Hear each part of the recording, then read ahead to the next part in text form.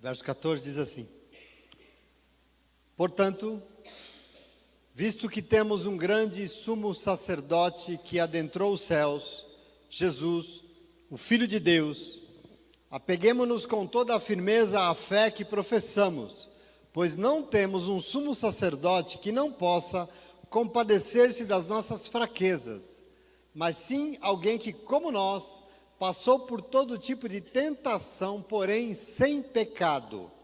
Assim, aproximemo-nos do trono da graça com toda a confiança, a fim de recebermos misericórdia e encontrarmos graça que nos ajude no momento da necessidade. Amém? Senta no teu lugar para você entendendo o que nós lemos e o momento que nós estamos. Na nossa última leitura, nós fomos transpassados por uma espada afiada, né?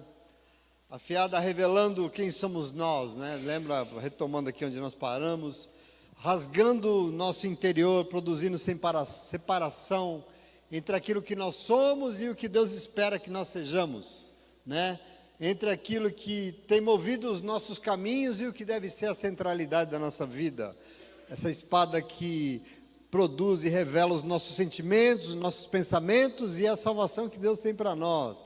Tudo isso é produzido em nós pela palavra de Deus. Nós meditamos nisso bastante, né? E Hebreus nos conclamou a nos esforçar muito para obedecer essa palavra, porque assim nós entraríamos no descanso de Deus. Isso foi bem claro, porque nada em toda a criação está oculto aos olhos dele. Nada, tudo está descoberto. Tudo que tem na terra está exposto diante dos poderosos olhos daquele a quem nós temos que prestar contas. Nós lemos isso, né? Por essa razão, nós não podemos, e é a intenção do texto, viver como quem de nada sabe, né? Não dá para a gente viver de forma que não é comigo o negócio. A gente não se envolve, a gente não se rende, a gente não obedece, não dá.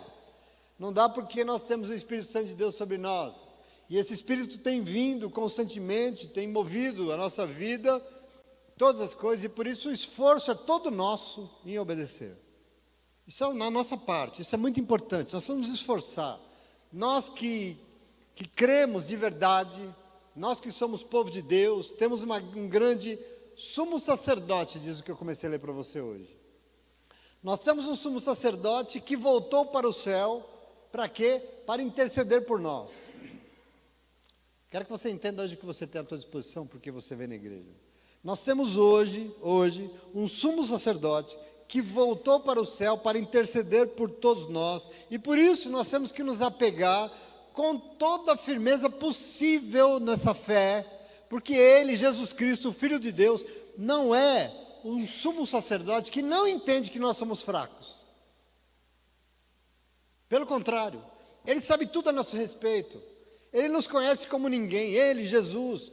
Por quê? Porque Ele encarnou e Ele também foi um ser humano. Por que Ele fez isso?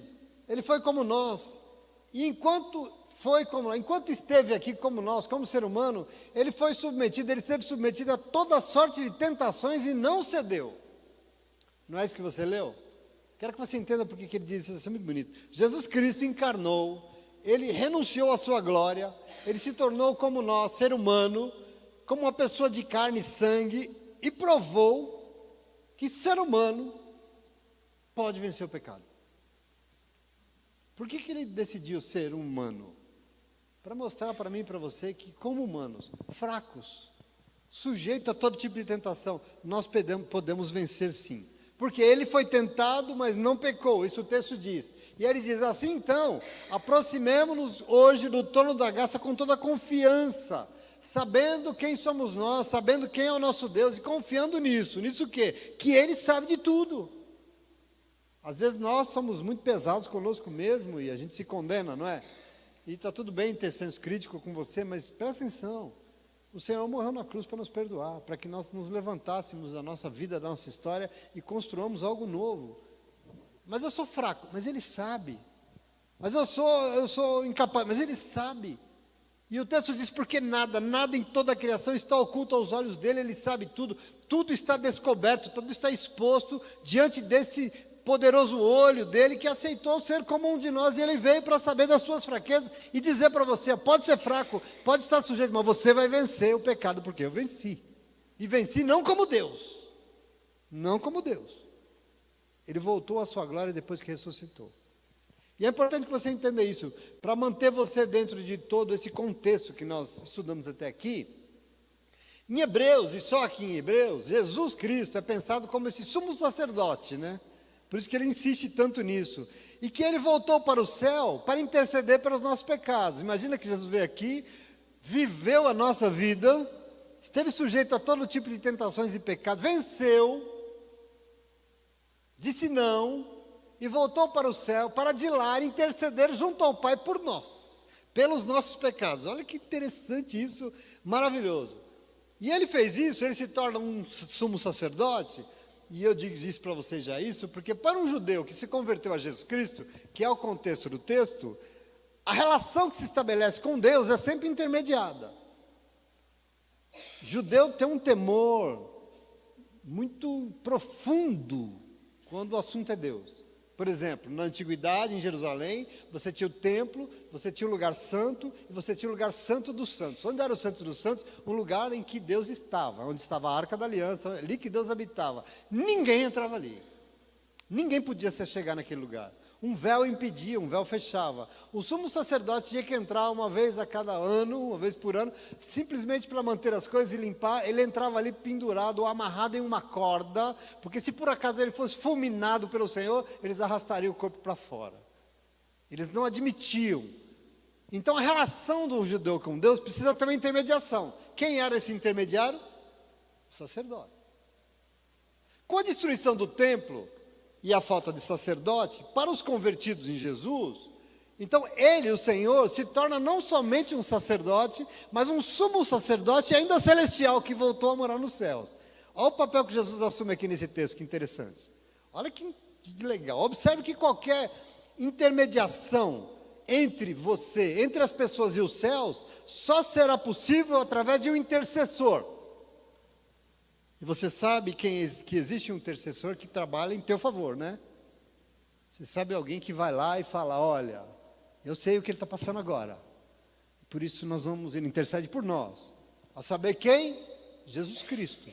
Ele é o nosso intercessor. Esse é o nome dele. Então, para Hebreus, Jesus é o sumo sacerdote celestial. É esse que leva as nossas petições para Deus à direita dele. Do ladinho do Pai. É um privilégio ou não?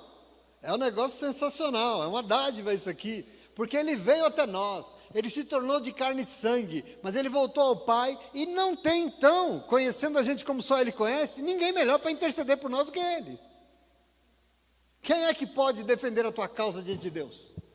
Quem é que pode levar as tuas petições diante do Senhor?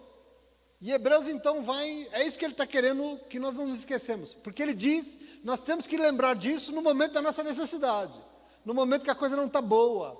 Você tem alguém lá no céu que intercede por você, porque ele te conhece, ele sabe de onde vem essa necessidade, ele sabe o que você precisa, ele sabe tudo de você. E isso é maravilhoso.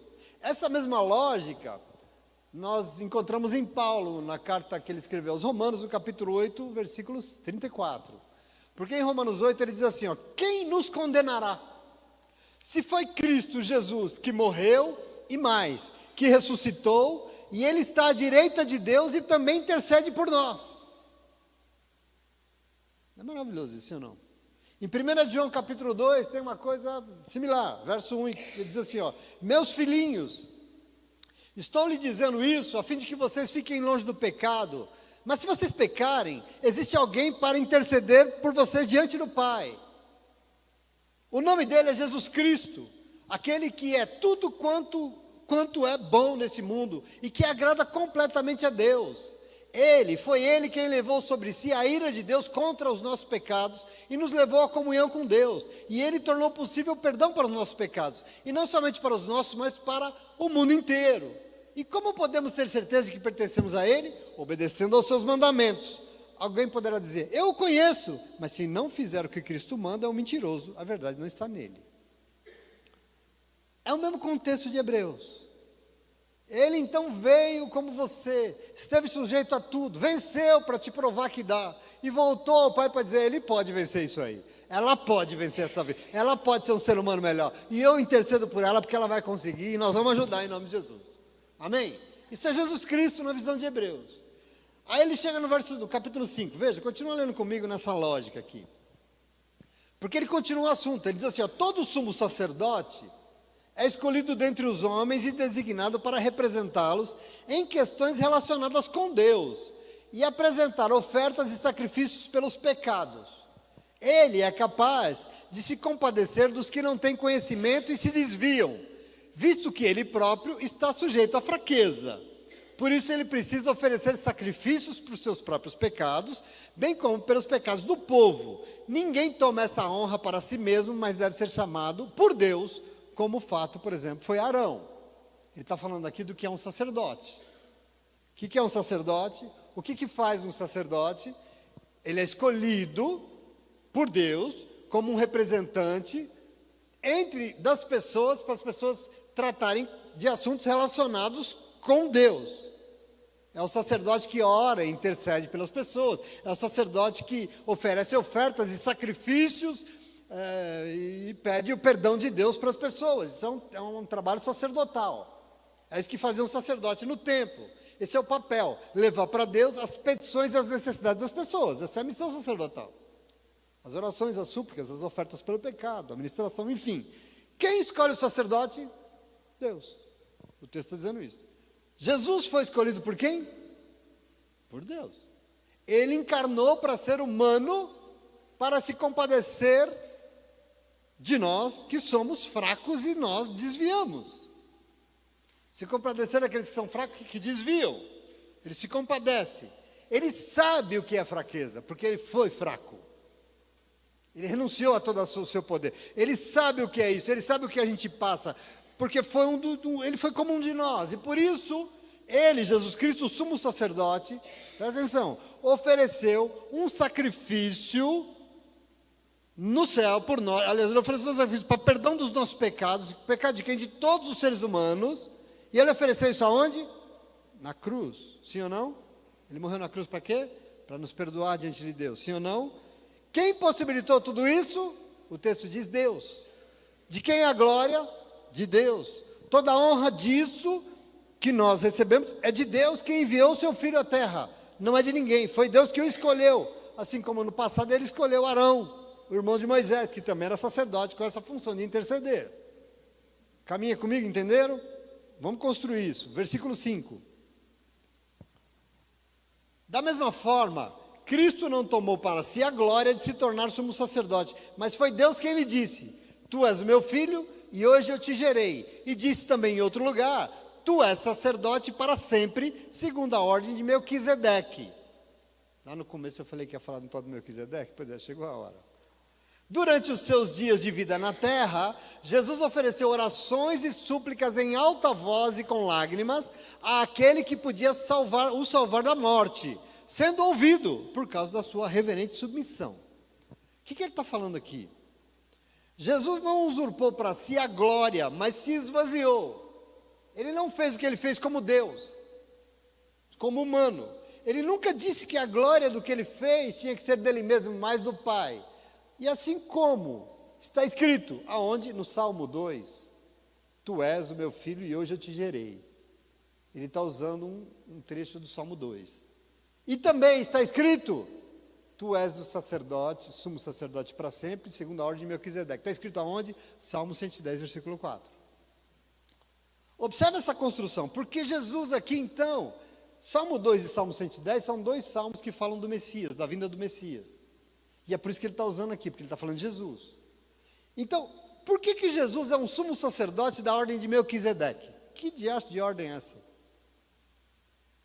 Nem sabia que isso existia. A verdade é que Hebreus vai usar os salmos que se referem ao Messias, tanto o 2 como o Salmo 10, são salmos que falam do Messias que viria, nas promessas, para nos ensinar. No Salmo 110 tem essa referência, que o Messias seria um sumo sacerdote da ordem de Melquisedeque. Ele não está inventando essa coisa de sacerdote. Já está no Antigo Testamento, já está nos Salmos, na promessa de quando o Messias viesse. É por isso que ele está usando isso aqui. Por quê? Ordem de Melquisedeque. Só para você entender por que isso. Toda a linhagem sacerdotal, lá dos hebreus, desde Arão, e que veio desde sempre, é de uma linhagem de uma família escolhida por Deus. Arão, por exemplo, foi escolhido, toda a sua linhagem desde sempre era sacerdotes. E assim foi com tantos outros, com Eli, com Caifás, eram linhagens de famílias sacerdotais. E aí entenda, eram sacerdotes por direito de herança familiar, e o Messias, eu pergunto, ele é de que herança familiar? De que família sacerdotal seria o Messias? De nenhuma. Então como é que ele vai ser sacerdote ou sumo sacerdote se não vai de nenhuma dessas linhas? Pois ele volta então a uma tradição de Gênesis 14.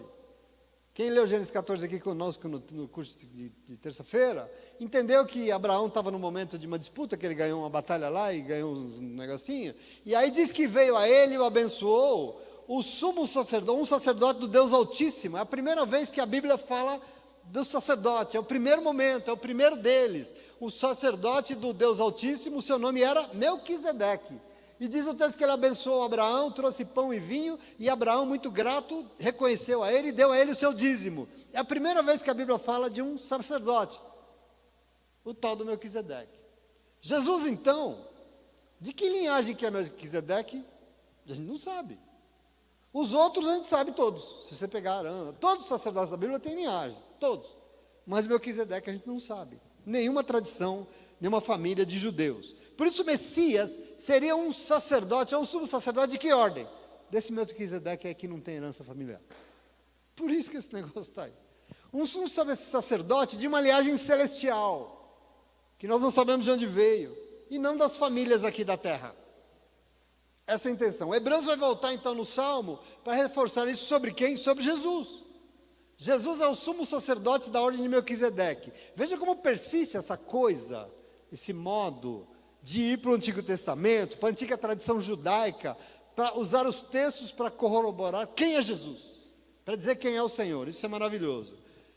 O texto procura construir quem é Jesus na lógica sacerdotal judaica, que está lá nos Salmos e que está em toda a tradição. Tudo bem? E aí ele vai dizer assim, ó, durante os seus dias na terra, Jesus ofereceu orações e súplicas em alta voz e com lágrimas àquele que podia o salvar da morte, sendo ouvido por causa da sua reverente submissão. O que ele está falando aqui? Desse sumo sacerdote celestial, da ordem de Melquisedeque, chamado Jesus Cristo. O texto está falando da agonia, das súplicas do Senhor, antes de ter passado pelo que ele passou. Pelo quê? Pela cruz. Vocês conhecem o texto do Getsemane, por exemplo?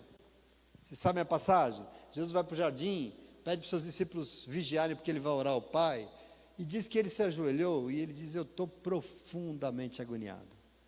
E ele suou gotas de sangue, tamanha era a agonia dele, pelo que ele teria que enfrentar. E o texto aqui vai dizer, ele suplicou em alta voz e com lágrimas, e fez isso para vencer a morte, e ele foi ouvido. Por quê? Porque ele não retrocedeu, ele submeteu aos planos de Deus, o texto está dizendo. Você se lembra qual foi a oração que o Senhor fez do Getsemane? Vou ler para você Marcos 14, 36. Ele diz, Abba, Pai, meu Pai querido, para o Senhor tudo é possível, Jesus orou. No meio da mais profunda agonia, suando sangue, de tanta agonia. Para o Senhor, Pai, tudo é possível. Portanto, afasta de mim esse cálice. Aí ele diz, contudo, que não seja como eu quero, mas sim como tu queres. E é aqui que Hebreus vai dizer que ele conseguiu vencer a morte. Por quê? Porque em tudo ele foi obediente ao Pai, ele se submeteu ao Pai. Então, para Hebreus, é isso, ele suplicou com orações em alta voz, em lágrimas, e ele foi ouvido, por quê? Porque ele se negou, ele não quis submeter a sua agonia, mas submeteu aquilo que Deus queria fazer, foi mais forte para ele. Tudo bem? Eu vou ler aqui mais um pouco, depois a gente vai falar uns trem aqui para vocês. Versículo 8. Embora sendo filho, ele aprendeu a obedecer por meio daquilo que sofreu. E uma vez aperfeiçoado, tornou-se fonte de salvação eterna para todos que lhe obedecem, sendo designado por Deus sumo sacerdote segundo a ordem de Melquisedeque. Veja, ele é o sumo sacerdote celestial, por quê? Porque se submeteu, porque sofreu, porque morreu por nós, e com isso fez o que faz um sacerdote, o quê? Ofereceu um sacrifício pelos nossos pecados. Não é essa a nossa teologia hoje, que todo mundo sabe? Pois é, aqui eles não sabiam, ele está construindo isso. Aquilo que você sabe hoje de cor salteado. Jesus morreu na cruz para oferecer um sacrifício pelos nossos pecados. E como um sacerdote, ele volta para o céu para continuar intercedendo por nós. Então, isso é maravilhoso. Aliás, ele é um sumo sacerdote não qualquer, celestial, porque ele possibilitou uma salvação eterna e suficiente para todo mundo que lhe obedece. Ele não obedeceu ao Pai? Pois é, quem obedece a ele está sujeito a essa salvação eterna. Todo mundo que obedece a Jesus Cristo. Privilégio maravilhoso. Significa que o sacrifício que Jesus fez há 2000 anos atrás é um sacrifício eterno, eficiente e suficiente. Sabe o que quer dizer isso? Que depois dele, nós não podemos ir diante de Deus fazer sacrifício. Eu quero falar com você disso hoje porque isso é muito sério. Sacrifício que é feito depois de Jesus Cristo é sacrilégio, não é sacrifício. E a pergunta que eu tenho que fazer para você nesse momento, desculpa, é: o que é que está fazendo esse monte de crente dentro da igreja fazendo sacrifício para Deus? Vocês não querem responder. Fazer sacrifício para um Deus que enviou o seu Filho unigênito à terra para ser um sacrifício definitivo por todos nós, no mínimo é pecado. No mínimo é pecado. E eu pergunto, por que a gente faz então? Normalmente a gente gosta de falar dos nossos irmãos católicos, coitados, e a gente senta a língua neles, né? Crente linguarudo. E a gente fala mal dos católicos, porque eles, tudo que eles fazem, eles baseiam a sua vida em penitências, né? E eles usam as penitências para se relacionar com Deus, não é? Você sabe que é essa tradição da Igreja Católica? Dentre elas, por exemplo, grandes sacrifícios de fazer novenas intermináveis, né? Fica lá.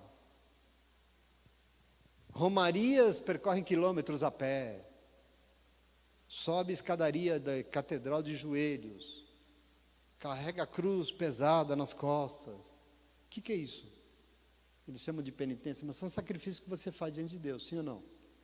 É uma maneira de se relacionar. Eles estão fazendo isso para se relacionar com Deus, oferecendo sacrifício para quê? Para atrair a atenção de Deus, para conseguir alguma coisa. Eu vou atrás eu preciso de uma bênção, o que eu faço? Eu faço um grande sacrifício para Deus me retribuir. Essa é a lógica sacrificial dos católicos, não de toda a religião que existe. O pessoal que tem as religiões afro faz sacrifício para o santo deles lá, porque tem que sacrificar. Todo mundo faz isso o tempo todo. Agora, segundo Hebreus, isso não existe. Isso não existe. Porque sacrifício já fez Jesus. E depois dele, nenhum outro sacrifício é necessário. Então, a antiga lógica sacerdotal, judaica, sacrificial, foi desmontada por Cristo Jesus. Porque aquilo que ele fez ali naquele dia, naquela cruz, foi assim: acabou, galera, acabou o sacrifício. Não precisa mais. Esse aqui é definitivo. Esse aqui é suficiente. Foi desmontado em Cristo Jesus. Sim ou não? Sim ou não? Sim. Pergunto, e evangélico que faz 70 semanas de oração para poder arrumar um casamento? Ou não faz? Faz? Às vezes é para ficar rico. E quando a gente faz jejum de 7 anos para arrumar um emprego? Vai para o monte de madrugada na garoa porque estou precisando converter meu marido. Ou então preciso de uma cura, não sei. Anda em voga 12 semanas de oração para 12 meses de bênção. Se não for 12, se for 11, vai ficar um mês na roça, né? Um mês vai ir para o buraco, mas a gente faz. A gente faz o quê? O nome disso é o quê? Não é sacrifício? Sim ou não? A gente coloca coisas diante de Deus, a gente bota petições diante de Deus. Eu preciso muito disso, então eu vou jejuar, porque eu vou convencer Deus a me dar isso. Ele não quer dar, eu vou convencer Ele, então eu vou jejuar. O que é isso? Sacrifício. Sim ou não? O César está olhando para Deus, acho que ela está fazendo campanha de jejum. Fazer campanha do manto de Elias, ou do vale do sal grosso, ou do sei lá que o diabo que for, hein? É sacrifício ou não é? Outro dia eu vi um testemunho falando numa pregação, que conversou com uma pessoa que entrou numa campanha, eu não sei se era 120 dias, de um propósito com Deus numa igreja, ele já tinha ido a 116 e falhou um dia, lascou, tinha que começar tudo de novo. Irmão, você quebrou a corrente, vai voltar lá no começo e começar a corrente de novo. Querido, nós temos que levar isso a sério. Presta atenção aqui, todas as religiões do mundo baseiam o seu relacionamento com o seu Deus, com a sua divindade, através de sacrifícios. Todas. Mas Jesus não tem nada a ver com religião. Jesus desmonta a lógica religiosa do mundo. Jesus é muito mais do que qualquer religião, ele é outra coisa. Ele fez um sacrifício eficiente, suficiente e definitivo. E depois dele, todas as vezes que as pessoas querem se relacionar com Deus novamente, intermediado por um sacrifício, na minha modesta opinião, eles estão negando a cruz de Cristo. Se você acha que você precisa fazer alguma coisa por Deus para Ele te dar alguma coisa, você está negando a cruz do Senhor. E nós temos que entender isso. Eu e você não precisamos de nada disso, meu irmão. Nós não precisamos de ninguém. Porque para nós termos acesso a Deus, não precisamos somente dele, nós precisamos de Jesus Cristo, o Senhor que deu a sua vida de uma forma eficiente, suficiente, definitiva, eterna, e depois dele, nada nesse mundo intermedia a nossa vida com Deus. Não tem santo, não tem família, não tem mãe, não tem pai, não tem igreja, não tem religião, não tem pastor, não. Sai desse negócio de apóstolo, de bispo, de padre, de papa. Não é Maria, não, é ele. Não tem sacrifício na nossa vida, não. Não existe outro, somente ele é o mediador, é o intercessor entre você e o Senhor. Você e o teu Deus. Não tem dois. Não é campanha, não. Você não precisa forçar Deus. 1 Timóteo capítulo 2. Vou ler para você ver, para você não ver que eu não estou doido. 1 Timóteo 2, 3 a 6 diz assim, ó, porque isso é bom e é agradável diante de Deus, o nosso Salvador, que quer que todos os homens se salvem e venham a ter conhecimento da verdade. Qual verdade? Há um só Deus, um só mediador entre Deus e os homens, Jesus Cristo, o homem, o qual se deu a si mesmo em preço de redenção por todos, para servir de testemunho no seu tempo. Qual é o segundo? É o seu bispo? É o seu pastor? O que é que impede você de ter acesso a Deus? É a tua igreja? Ele, somente ele, é fonte de salvação eterna. E fora ele, ninguém vai te levar diante de Deus. Nada nesse mundo vai te levar diante de Deus. Só Cristo. Só nele a salvação. Por isso o verso 11, Hebreus vai dizer, quanto a isso, temos muito a dizer. Olha só que atrevimento. Quanto a isso, temos muito a dizer, coisas difíceis de explicar, porque vocês se tornaram lentos para aprender, hein? Está escrito aí, desculpa. Quanto a isso que eu estou falando, eu tenho muita coisa para dizer, coisas difíceis de dizer, porque vocês se tornaram lentos para aprender, né? Eita, né? Puxão de orelha. Sabe quando a criança que não faz o que não deve? Antigamente, eu sou da antiga, pegava a orelha, vem cá, moleque. Eu estudava numa escola de 4 anos primário, que se tivesse uma aula que a gente não levava um puxão de orelha do professor, não tinha aula. Que a gente aprontava que só um diabo, e saía com a orelha vermelha e grossa, desse tamanho, tanto puxão de orelha que a gente levava. Pois é, prepara a sua orelha aí. Quanto a isso, nós temos muito o que dizer, coisas difíceis de explicar. Quanto a isso, o quê? Quantas pessoas que acham que precisa fazer coisa para convencer Deus de alguma coisa? Quanto a isso, presta atenção, nós temos muito a dizer sobre isso, talvez coisas não boas de se ouvir, mas parece que vocês se tornaram lentos para aprender. E aqui se tornou lento para aprender porque tem alguém ensinando, né? Né? Ou não? Se está demorando para aprender porque está alguém ensinando. Quer dizer, o problema não é o ensino, mas é a vontade de aprender, parece que está meio mole. Veja o verso 12, primeira parte. Embora a essa altura, vocês já devessem ser mestres, mas vocês ainda precisam de alguém que ensine a vocês novamente os princípios elementares da palavra de Deus. Olha isso. Já foi ensinado tanto para vocês que vocês já deveriam ser mestres, professores no assunto. Mas tem que vir sempre alguém ensinar a vocês, de novo, princípios elementares, básicos da palavra de Deus. Um puxão de orelha nos crentes que estão colocando o pé de coelho atrás da porta. Fazendo campanha de não sei o que no celular. Puxando de orelha. A orelha fica gorda. Pessoas que acham que precisa fazer sacrifício para se relacionar com Deus. Todas as religiões fazem isso, menos você.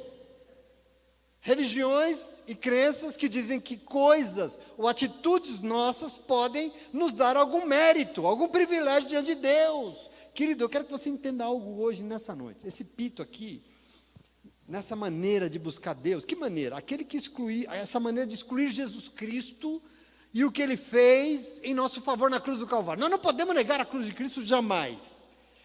Presta atenção, Ele já se deu por inteiro. Ele já morreu em nosso favor. De livre e espontânea vontade, Ele deu a sua própria vida. Ele mesmo disse isso: eu a dou de livre e espontânea vontade, ninguém tira de mim. Ele fez o sacrifício eficiente, suficiente e eterno para nos perdoar. Depois dele nós estamos perdoados. E depois dele nós não podemos, nada do que nós vamos fazer vai mudar o que Deus sente a nosso respeito.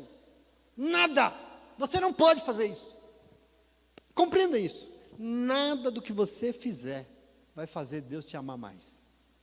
E nada do que você fizer vai fazer Deus te amar menos. Você entende isso, sim ou não? A gente um dia vai ter que entender o amor de Deus pela humanidade. O cara é um cretino, e Deus ama. E ele vai para a igreja, Deus ama ele mais agora? Não, Ele ama do mesmo jeito. Nada do que nós fizermos vai fazer Deus nos amar mais ou menos. Ele não te ama pelo que você faz ou deixa de fazer. Ele te ama porque você é um filho, é uma filha amada de Deus e foi comprada na cruz do Calvário por Jesus Cristo. Em nome de Jesus nós somos crente. E isso não muda. Não tem jeito. E ponto. E aí isso, eu queria que você entendesse, nada vai mudar isso, essa honra é imerecida, porque foi conquistada por Ele há 2000 anos atrás, e só existe na Bíblia Sagrada duas condições para você se dar bem ou se dar muito mal: ou você crê nele e vai ser salvo, ou você não crê nele e você está condenado. Ponto, acabou. E nós temos que tomar posse disso. Sua questão com Deus não é baseada em nada, somente em Cristo. A sua questão é com Ele. Só existe um caminho de salvação, e o nome desse caminho é Jesus Cristo. Não é porque você tem essa ou aquela religião, não é porque você acha que você é mais santo do que os outros, não é porque você dá um dízimo legal na igreja, não é por isso. Às vezes a gente não entende. Buscar uma religião, nós precisamos, uma religião que o Senhor vai se revelar a nós precisamos buscar santidade diante de Deus, nós precisamos partilhar tudo que você tem com a obra de Deus. Isso tudo é obrigação, não é o que te faz Deus te amar. É a tua obrigação, Ele já te ama. E se você não fizer, Ele ama também. Mas pastor, e aí? Vai dar tudo errado na tua vida, mas por culpa de Deus? Não, porque você tomou caminhos errados. Porque você não se rendeu a Cristo. E nós temos que compreender isso em nome de Jesus, não é mérito. A gente adora merecer as coisas de Deus. Quem é que merece? Ninguém, não tem mérito diante do Senhor. Nunca vai ter, querido. Você também, não esqueça, você é livre para fazer ou não fazer se você quiser. A liberdade que está na presença do Espírito, onde é o Espírito de Deus, aí é a verdadeira liberdade, Paulo diz. Nós somos livres para não fazer se quiser. Se não quiser ir para a igreja, não precisa ir. Se quiser levar uma vida devassa, tudo bem. Se não quiser ofertar nada, tudo bem. Deus vai te amar do mesmo jeito. Ele vai me castigar, não vai não. Essas medidas nossas não movem o coração de Deus. O coração dele é o coração dele, não existe mérito diante de Deus. Na verdade, ninguém merece nada. Ele faz por quê então? Ele faz por amor, porque o nome dele é amor. E Ele nos ama. Mesmo sem merecermos. Você só ama as pessoas que você acha que merecem, né? Porque elas te amam de volta. Deus não é assim, somos nós assim, Ele não. Ele simplesmente nos ama. Tudo isso que eu estou dizendo, o que é? Hebreus chama isso os fundamentos, os princípios elementares da palavra de Deus. É disso que o povo não está capengando, não está entendendo. Estou precisando repetir para vocês. O problema é que as pessoas vão vivendo e vai enfrentando os negócios e vai se relacionando com Deus a partir das suas próprias medidas e começa a dizer que Deus é aquilo que ela acha, mas Ele é. Usa as suas medidas e não usa a palavra de Deus, que é a medida dele. Aqui está um problema nosso. Com isso, começa a achar que para agradar a Deus precisa do patuá, né?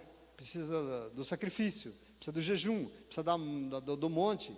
da Fogueira Santa, do Vale do Jaboque, precisa do sei lá que diabo que precisa, da novena, do apóstolo, até de meio aí, queria dizer para você, até aí, sabe o que? Olha, tudo bem. Se a pessoa acha que ela precisa disso, problema dela, vai lá, uai. Não tem problema nenhum. Agora, sabe qual é o problema? Não vem me dizer que Deus precisa disso, porque Ele não precisa.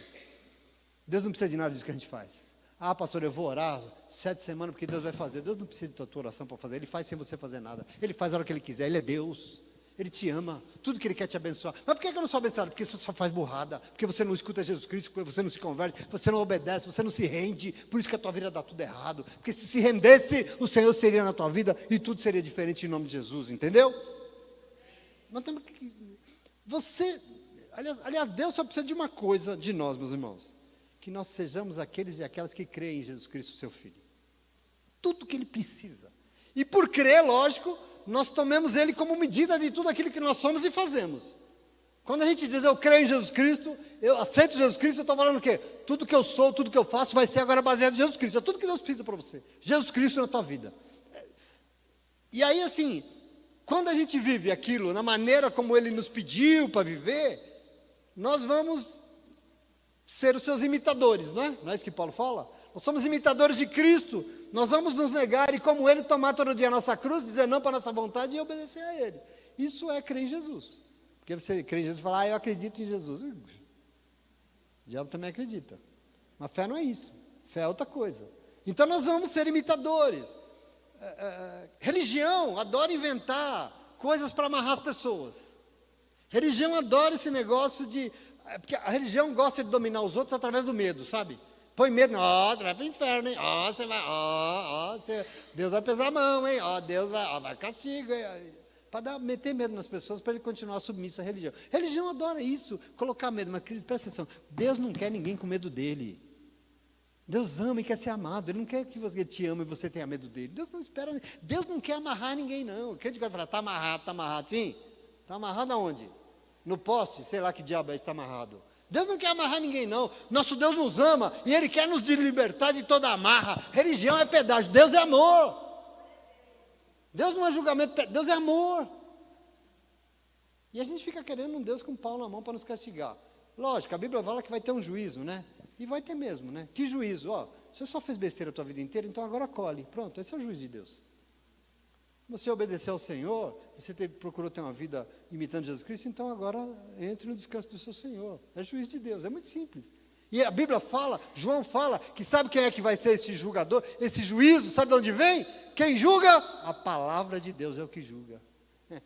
A vida de Jesus Cristo é o que julga em nome de Jesus. Amém? Então nós precisamos tomar posse disso. Esses são os princípios elementares da palavra de Deus. E é nela que nós temos que nos fiar, é nela que nós temos que estar atento. Não é na tradição da nossa religião, porque a nossa é assim, a do outro não é, a do outro não sei o que, a minha é assim, a sua não é. Não é nisso, não é nos fundamentos. Nós temos que ter nos fundamentos é da palavra de Deus. É ela que vai nos dar o caminho em nome de Jesus. Quais são os fundamentos? Para repetir, Jesus Cristo, os filhos de Deus, nos foi dado por Deus, Ele escolheu. Ele veio e se tornou como um de nós. Por quê? Porque Ele queria nos mostrar que é sendo frágil mesmo, é sendo fraco, com as nossas falhas, com tudo isso, nós podemos nos tornar um filho e uma filha amada de Deus. Nós podemos sim. É possível ser salvo, crendo e se rendendo a Ele. Mas Ele voltou ao céu e lá hoje é o nosso intercessor diante do Pai. Só Ele tem autoridade para fazer isso, ninguém mais. E por isso Ele tem, porque Ele nos conhece plenamente. Ele sabe tudo que nós podemos fazer e o que nós não podemos. E é assim que Ele intercede. Portanto, esse fundamento precisa ser a base do nosso relacionamento com Deus e não o resto. Não sacrifício, não nada, nada mais. E tudo isso nós já temos recebido da parte de Deus. Isso Ele já tem nos ensinado, a palavra está aí. E nós, segundo Hebreus, já deveríamos ser mestres desse negócio. E a gente vai andando para os lados assim, né? Daqui a pouco nós estamos lá, não sei aonde. A palavra está aqui, nós estamos lá. Mas a gente já devia estar dando aula disso. Por quê? Porque nós temos o Espírito Santo, meus irmãos. E Ele tem vindo, nós temos permitido que Ele tenha vindo constantemente. E nós não podemos, então, nos render a essas coisas, ensinamentos indevidos, crendice. O pastor está falando, é verdade o que o pastor fala? Vai lá ler a Bíblia, vê o que ele está falando se é verdade. Se não está na palavra de Deus, não precisa chutar não, mas vai ouvir outra coisa, pelo amor de Deus. O que corrobora é a palavra de Deus, não é crendice não. Eu não sei se vocês observam, Mas depois de Jesus e tudo que ele fez, existe uma responsabilidade sobre a nossa vida, sim ou não? A responsabilidade é nossa. Sim, a salvação é graça, nos dada. Quanto custou para você? Nada. Ele te deu de graça. Mas vai ser salvo todo mundo? Não. Só quem for responsável. E entender que salvação é Jesus Cristo, e se não viver Jesus Cristo, não vai ser. Nós temos sim a nossa responsabilidade sobre as medidas do nosso relacionamento com Deus.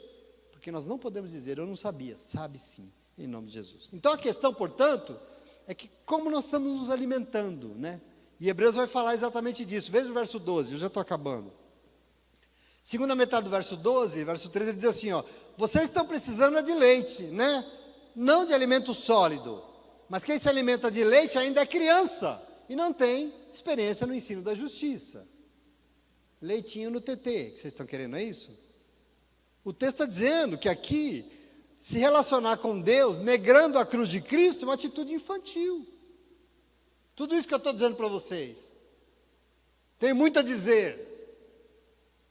Quem nega a cruz de Cristo é o infantil. E isso mata a fé. Quem tem o Espírito Santo de Deus não é criança, é adulto. Já amadureceu. E adulto não toma leitinho, sabia disso? Adulto não toma leitinho no TT. Adulto come bife. Adulto come comida sólida. Bebezinho toma leitinho, não é? Cresce, o Espírito Santo de Deus vem, espiritualmente é estruturado, ensina, ministra a palavra, recebe a palavra, entende, obedece, vive Jesus Cristo. É estruturado, é forte, come comida sólida, aguenta os puxões de orelha da palavra de Deus, entendeu como é que é? Alimento sólido. Depois que amadurece, quem vive tomando leitinho não vai conseguir, vai definhar. Porque se um marmanjo assim, igual o Vitão, ficar tomando só leitinho, o que vai acontecer com ele? Vai definhar. Não aguenta. Então, quem não se alimenta da palavra de Deus, quem não tenta se relacionar com Deus, com nada que não seja Jesus Cristo, quem se alimenta de tradições, de mania religiosa, vai enfraquecer espiritualmente. É um adulto que vai definhar na fé, no espírito. Mas quem faz tudo isso comendo a palavra de Deus, se alimentando desse alimento sólido, é povo forte, é povo consistente, tem experiência no ensino da justiça, é povo que Deus conta com ele aqui na terra em nome de Jesus, amém? E só para encerrar no verso 14, ele diz, mas o alimento sólido é para os adultos, os quais pelo exercício constante, tornaram-se aptos para discernir tanto o bem quanto o mal, amém? Amém ou não? Amém? Então, querido, querida, aqui nessa noite, a gente possa tomar posse disso que o texto chama dos princípios elementares da palavra de Deus. Nós não podemos ser guiados por nada que não seja a palavra de Deus, é aquilo que é fundamental para ela. Que a nossa vida jamais possa ser de tentar se relacionar com Deus em outra coisa que não seja a graça de Deus expressa naquilo que Jesus Cristo já fez. É o que nós precisamos. Nós não precisamos de mais nada. O resto é tudo mandinga de crente que gosta de macumba. Eu não sei. É um negócio que eu não sei o que acontece. Parece. Nós não precisamos disso, querido. É com Ele o negócio. O nosso compromisso é só com Ele. O nosso compromisso é com a palavra dEle, com tudo que Ele espera de nós. Porque nada do que nós fazemos aqui vai convencer Deus de nada. Você não ora para convencer Deus. Você ora para reconhecer que Ele é Deus e que a vontade tem que ser de Deus e não a sua. Não adianta querer orar para dizer, Deus, o Senhor vai fazer um negócio que você não está querendo fazer na minha vida. Então eu vou orar, o Senhor vai fazer, porque o Senhor vai ter que mudar de ideia, porque eu vou orar. Não perca o seu tempo. Deus já sabe de tudo. E tudo que Ele quer te dar. Tudo que Ele quer te dar. Ele te ama. Por que eu não ganho? Pensa aí como é que anda a tua vida. Pensa aí na tua semeadura. Pensa aí na tua obediência. Pensa em Jesus Cristo ajoelhado, suando sangue e falando, Deus, por mim mesmo eu não faço isso não, mas eu quero fazer aquilo que o Senhor espera de mim. Aqui está a solução da tua vida, da minha vida, da nossa vida. Nós não convencemos que Deus sabe de tudo, nada está oculto, nada está encoberto aos seus poderosos olhos. Por isso, tudo que nós fazemos aqui no nosso lugar, sabe por que nós fazemos? Nós fazemos, eu encerro assim, para dizer para Ele, que nós estamos muito felizes e gratos, pelo privilégio maravilhoso que Ele nos deu, o quê? De ter o nosso Senhor Jesus Cristo como Senhor das nossas vidas. Tudo que nós fazemos nesse lugar é para dizer que depois dele, a honra imerecida nossa é de ser reconhecido como um filho, uma filha amada de Deus. Você só vai diante do Senhor para agradecer, porque tudo Ele já fez pela tua vida. E tudo que falta ser feito, porque falta, Ele vai fazer toda vez que você se rende à vontade dEle. E faz aquilo que Ele espera de você. E com Ele, nós queremos viver nesse mundo. Isso é maravilhoso. Nos sentindo amado, cuidado, seguro nos braços daquele que muito nos amou. Ele não nos ama porque nós nos convertemos. Ele sempre nos amou. Você estava lá chafurdando na lama e Ele já te amava. E Ele já queria te tirar de lá. Por que Ele não tirou? Porque você é teimoso. Porque Jesus já tinha vindo, Ele já tinha morrido no teu lugar. E nós temos que tomar posse disso em nome de Jesus. Essa é a única razão pelo qual você está aqui nessa noite. Essa é a única razão pelo qual você é quem você é, que você vem na igreja e que você adora o Senhor. Por gratidão, por tudo que Ele é e faz. O resto, se entregue a Ele que você vai ver tudo que Ele ainda vai fazer na tua vida. E você não vai acreditar naquilo que você vai se tornar em nome de Jesus. Tem adultos do Senhor aqui nesta noite? Tem? Tem alguém aqui querendo rachar uma picanha comigo? Quem? Ali um. Querido, nós somos homens e mulheres de Deus, guiados pelo Espírito Santo de Deus, salvos e salvas para a glória do nome de Jesus Cristo. Isso é você. Então vamos nos entregar a isso, vamos obedecer ao Senhor, porque a nossa vida tem solução em nome de Jesus. Amém? E você pode até aplaudir Ele, porque Ele é bom demais. Glória a Deus. Graças a Deus. Fica de pé.